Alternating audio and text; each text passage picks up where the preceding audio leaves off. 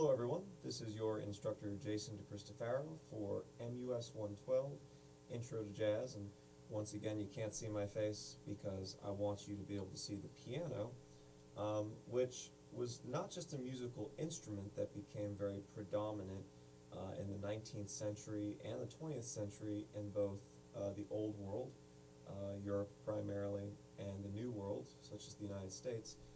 It was also a tool for composers, for they could see all the notes laid out in a very logical, linear sort of fashion.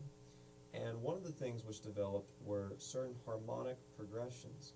Now you might remember from Module 1 how we talked about harmony, the combination of 3, 4, or more notes played simultaneously to provide support for a melody.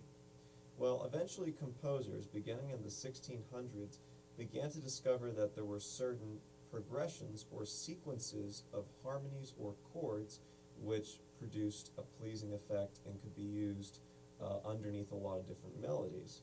One very common example is the plagal cadence, and you don't need to remember that term, but you've certainly heard this sound before.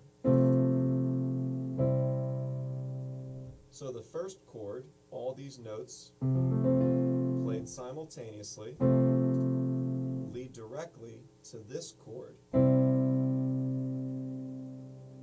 So this is just one very simple example of a harmonic progression, where you have one chord leading into another chord. And just as we heard with melody and rhythm, there has to be a logical sequence of harmonies to create a musical idea that also makes sense. In jazz, there's one particular progression that we hear in a lot of jazz songs called a 2-5-1. And all this refers to is a 2 chord, a 5 chord, and a 1 chord.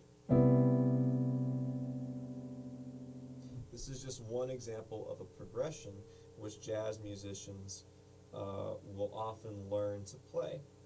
So a pianist will learn how to play these chords, but then also learn how to voice them different ways.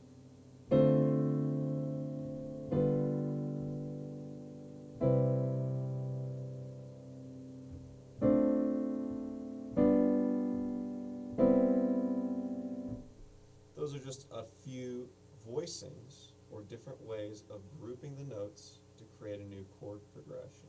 And a jazz pianist will often learn how to play these chords while soloing an individual line.